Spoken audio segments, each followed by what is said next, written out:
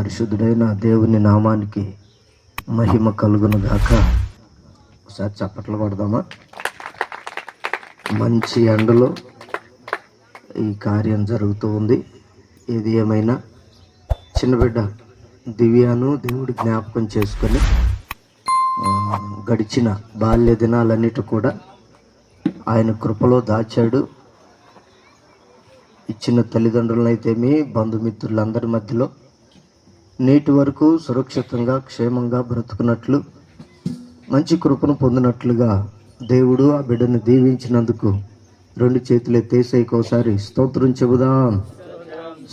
తెరవట్ల నోరు. స్తోత్రం స్తోత్రం స్తోత్రం స్తోత్రం.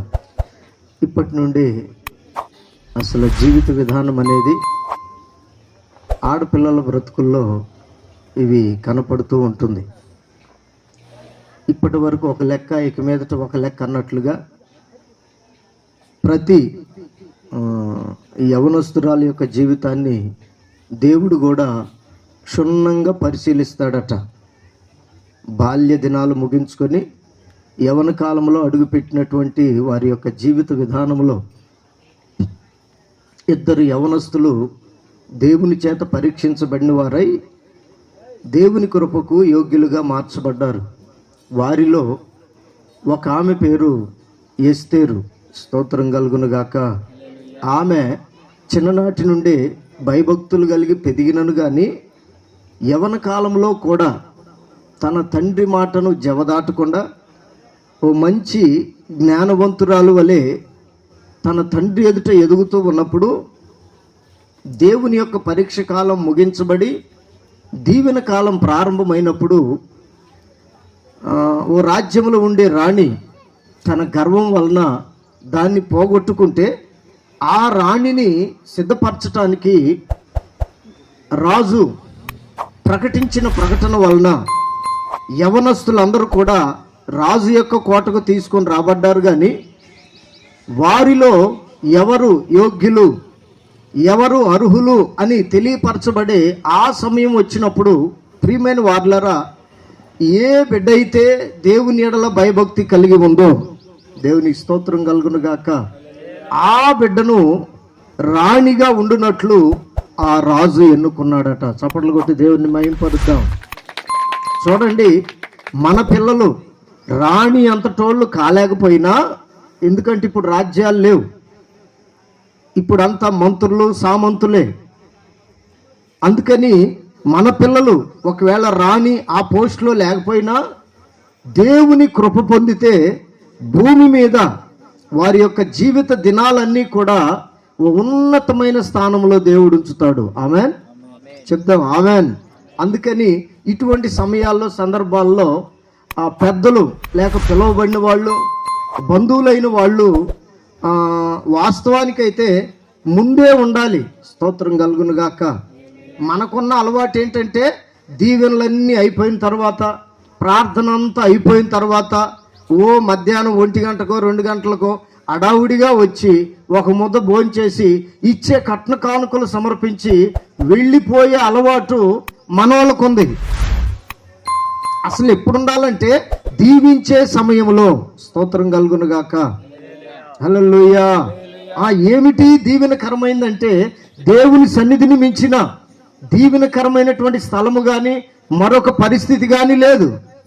అందుకని ప్రియమైన వార్లరా, ఇక మీదటైనా ఇటువంటి కార్యక్రమాలు జరిగేటప్పుడు కొంచెం ముందుగా వచ్చి, ఎందుకంటే మనం దీవించాలి ముందు.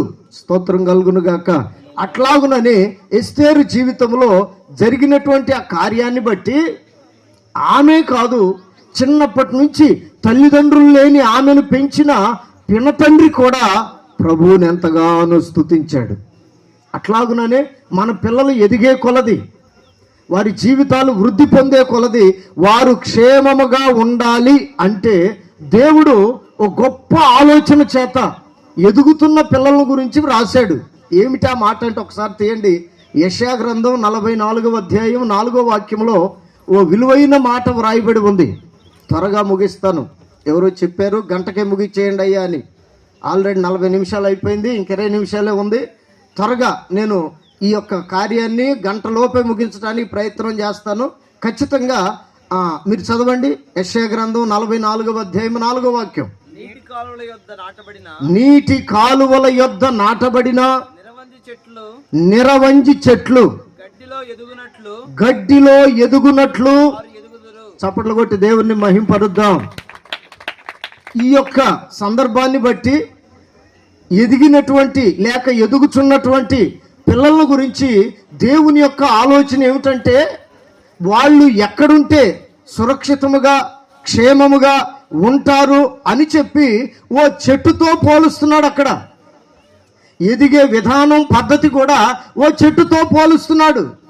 ఏమిటి ఆ చెట్టు అంటే నిరవంజి చెట్టు. చెప్పండి, ఏ చెట్టు అది? అదట నీటి కాలువల యొద్ద మాత్రమే పెరుగుతుందట, నీటి కాలువల యొద్ద మాత్రమే ఎదుగుతుందట. పచ్చగడ్డి ఉన్న స్థలం అని చెప్పి చాలా స్పష్టముగా ఈ మాటలో వ్రాస్తూ ఉన్నాడు పరిశుద్ధాత్మ దేవుడు. మీరైతే మీ పిల్లల గురించి ఏమి ఆలోచిస్తున్నారో తెలియదు, కానీ దేవుని మాట మాత్రం ఓ శ్రేష్టమైనదిగా ఈ మధ్యాహ్నం మన చెవుల్లో ధ్వనిస్తూ ఉంది. ఆమేన్. ఏమిటి ఆ మాట అంటే, మన యొక్క పిల్లల గురించి ఎదిగేటటువంటి విధానాన్ని గురించి ఇక్కడ చాలా స్పష్టంగా మరోసారి చదవండి ఆ మాట. అదిగోనండి బాబు, నీటి కాలువల యొద్ద నాటబడిన నిరవంజి చెట్లు గడ్డిలో ఎదుగునట్లు. హల్లెలూయా. ఈ బిడ్డ దివ్య కూడా ఓ శ్రేష్టమైన జీవితం కలిగి నిరవంజి చెట్టు వలె తన యొక్క జీవిత విధానంలో, తన యొక్క నడవడికలో, తాను వెళుతున్న మార్గాలలో, ఉంటున్న కుటుంబంలో, జీవిస్తున్న గ్రామంలో ఓ శ్రేష్టమైన సాక్ష్యం, మంచి జీవితం కలిగి బ్రతకాలని దేవుడు ఎందుకో ఈ మధ్యాహ్న కాల సమయంలో ఈ విషయాలు తెలియపరుస్తున్నాడు. స్తోత్రం కలుగును గాక. చెట్టండి, ఆ చెట్టు పేరు చెప్పండి ఒకసారి అందరూ. ఏ చెట్టు అది?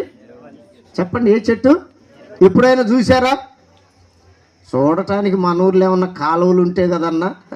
ఆ చెట్టు పెరిగేది ఎక్కడ? నీటి కాలువల యొద్ద. నీటి కాలువల యొద్ద పెరిగే చెట్టు అయి ఉన్నది. ఎక్కడైతే నీళ్ళు ఉంటాయో అక్కడ పచ్చని గడ్డి ఉంటుంది కదా, ఆ గడ్డిలో ఎదిగే చెట్టు అయి ఉన్నది. ఈ చెట్టును గురించి చాలా ఆశీర్వాదకరమైన మాటలు ఉన్నాయి.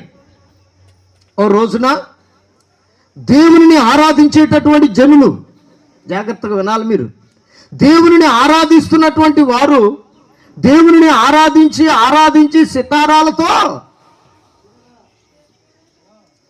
వాళ్ళు వారి యొక్క పరిస్థితులన్నీ చక్కదిద్దబడగా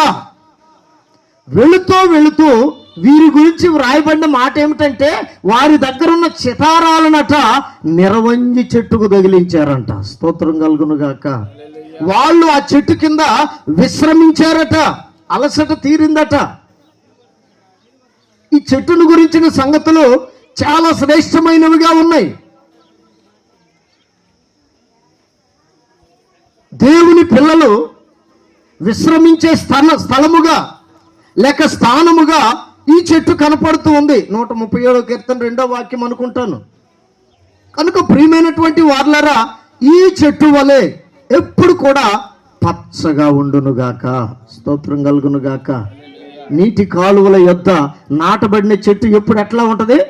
పచ్చగా ఉంటది. నీరు అందని చెట్టు ఏమో ఎండిపోద్ది, వడబడిపోద్ది, ఎండిపోద్ది. అది ఎందుకు పనికి రాకుండా పోద్ది. అందుకని ప్రియమైన వార్లరా, దేవుడు తన పిల్లల గురించి, వారికి ఇచ్చిన పిల్లల గురించి ఆశీర్వదించినటువంటి విధానం ఏమిటంటే, మన పిల్లలు కానీ మనము కానీ ఎప్పుడు కూడా పచ్చగా ఉందుముగాక, ఉండాలని మాత్రమే దేవుడు కోరుకుంటున్నాడు. ఎక్కడుంటే పచ్చగుంటామంటే నీటి కాలువల యొద్ద. ఎవరు ఈ నీటి కాలువల యొద్ద ఉంటారు అని దావీదు గారు చెప్తున్నాడు. ఆ ప్రశ్నకు సమాధానం 1వ కీర్తన 2-3 వాక్యాలు ఒకసారి చూడండి తొందరగా. అది ఇక్కడ చెప్తున్నటువంటి మాట, యెహోవా ధర్మశాస్త్రమునందు ఆనందించుచు దివారాత్రము దానిని ధ్యానించువాడు ధన్యుడు. చెప్పండి, ఎవడు వాడు? అందరు నోరు చెప్పాలి, ఎవడు వాడు? ధన్యుడు. చెప్పండి, ఎవరాడు? ధన్యుడు. ఎవరు ఈ ధన్యుడు అంటే, దివారాత్రము యెహోవా ధర్మశాస్త్రమునందు ఆనందించుచు దానిని ధ్యానించువాడు ధన్యుడు. అతడు ఎక్కడుంటాడంటే, నీటి కాలువల యోరన నాటబడినదై. చప్పట్లు కొట్టండి గట్టిగా. ఏమి వాడక? ఆకు వాడక తన కాలమందు ఫలమిచ్చు చెట్టు వలె ఉండును. అతడు చేయునదంతయు.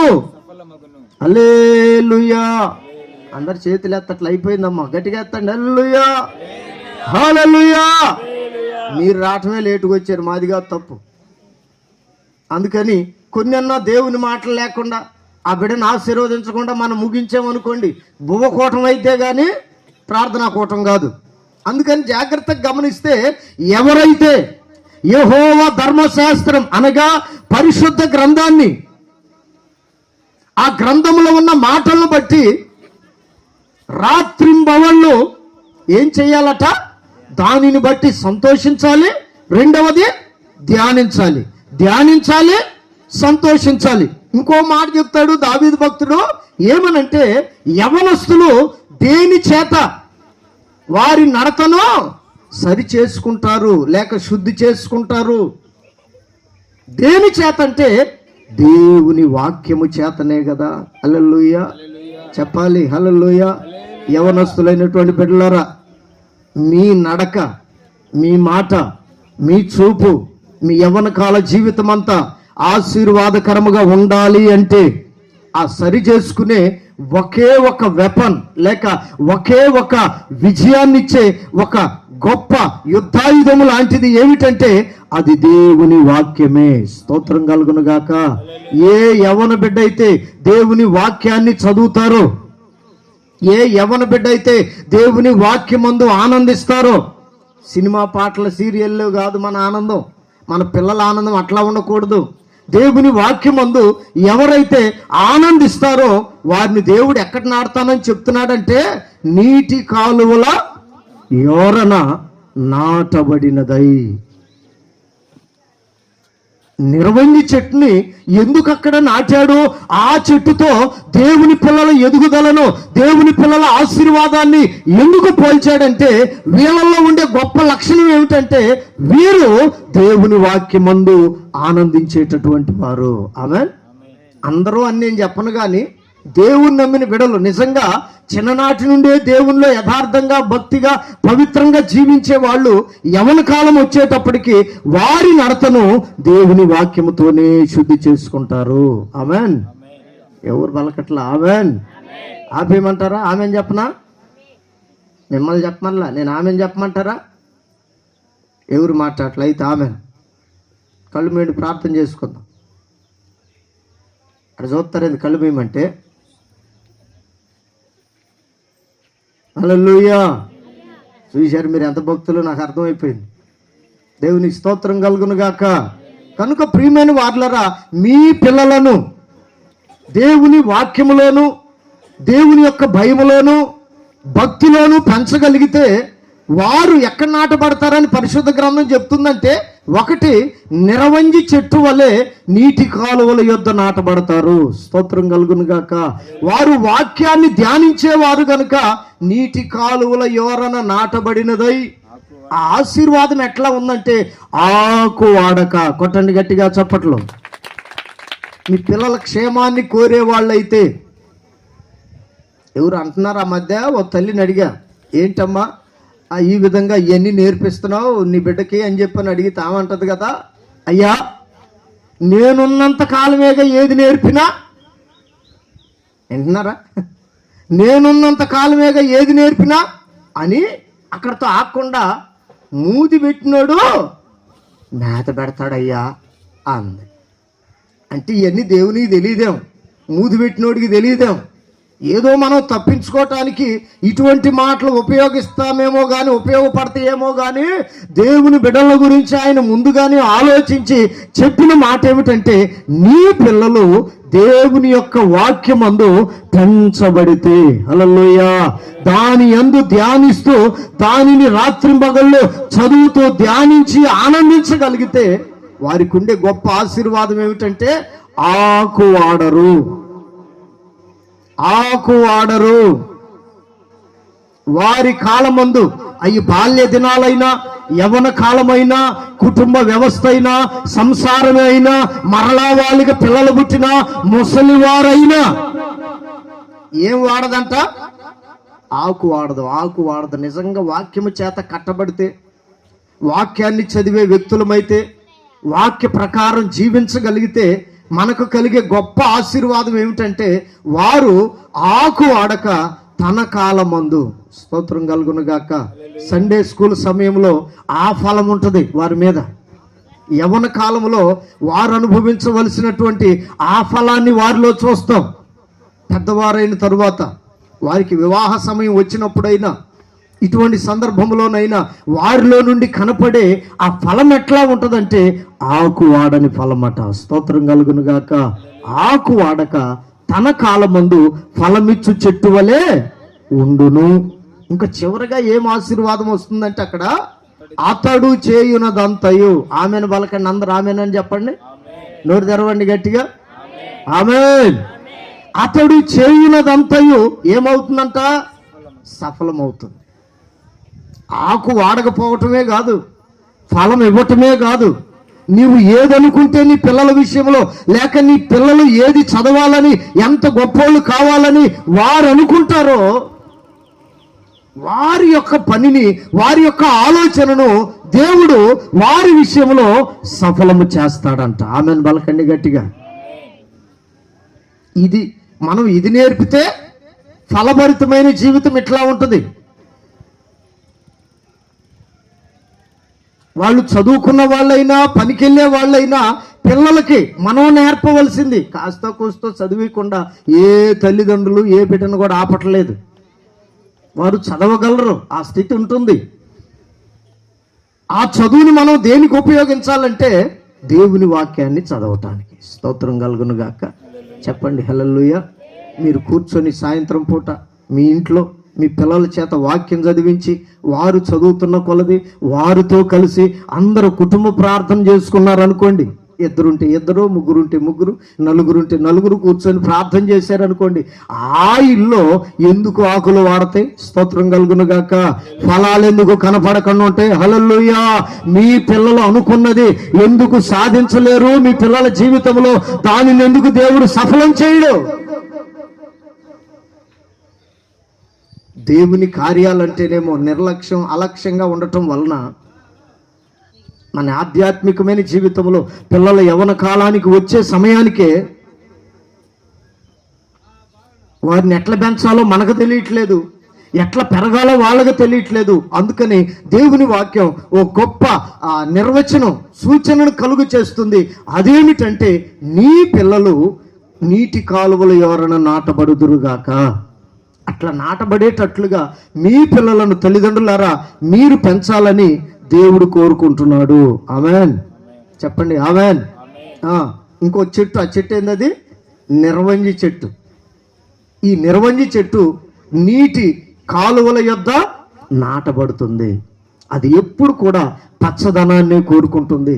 మన పిల్లలు బాగుండాలని కోరుకుంటాం, కానీ వారి పద్ధతులు గనక మనం నేర్పగలిగితే వారు పెద్దవారైన తరువాత కూడా, స్తోత్రం కలుగును గాక, గొప్పవారైన తరువాత కూడా దేవుడు ఆ పిల్లల్ని ఏం చేస్తాడంటే దేవుని కృపలో దీవిస్తాడు. స్తోత్రం కలుగును గాక.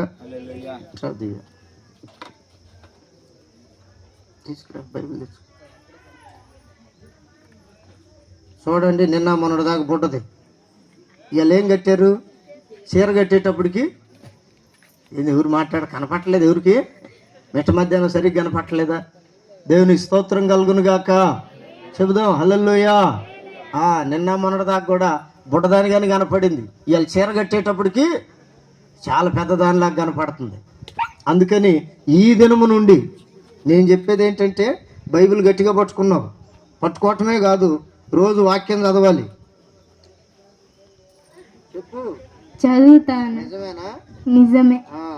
అందరి ముందు చెబుతున్నాం కనుక ఈ బిడ్డ బైబిల్ చదివే కొలది తన యొక్క జీవితంలో కానీ కుటుంబంలో కానీ గొప్ప దీవెనకరమైన బిడ్డగా మార్చబడాలని, క్షేమకరమైన సంవత్సరాలు చూడాలని, ఎవరైతే ఎన్ని ప్రార్థనలు బిడ్డ కోసం చేస్తున్నారో ఆ ప్రార్థనల ఫలితం అంతా కూడా ఈ బిడ్డ జీవితంలో, చదువులో, ఎదుగుదలలో కావలసినటువంటి సఫలీకృతమైనటువంటి జీవితాన్ని దేవుడు అనుగ్రహించి, చెప్పబడిన మాట ప్రకారం అతడు నీటి కాలువల యోరన నాటబడినదై ఆకు వాడక తన కాలమందు ఫలమిచ్చు చెట్టు వలె ఉండును, అతడు చేయునదంతయు సఫలము చేయబడుతుందని దేవుడు చెప్పినట్లుగా ఈ బిడ్డ తన జీవితంలో అటువంటి అనుభవాల గుండా నడిపించబడాలని, ఆశీర్వాదకరమైన మార్గాల్లో నడవాలని, దేవుని వాక్యములో చెప్పబడినట్లుగా ప్రతి మాట కూడా ఈ బిడ్డ జీవితంలో నెరవేరేటట్లుగా వీరి తల్లిదండ్రులు బిడ్డను పెంచాలి, ఆ విధమైన మార్గాల్లో నడిపించాలని దేవుని సేవకునిగా దీవిస్తూ ఈ మాటలు ముగిస్తున్నాను. అందరం కూడా కళ్ళు మూసి కుడి చేతిని బిడ్డ వైపు చాపండి. ఈ బిడ్డ నిమిత్తమై ప్రార్థన చేద్దాం.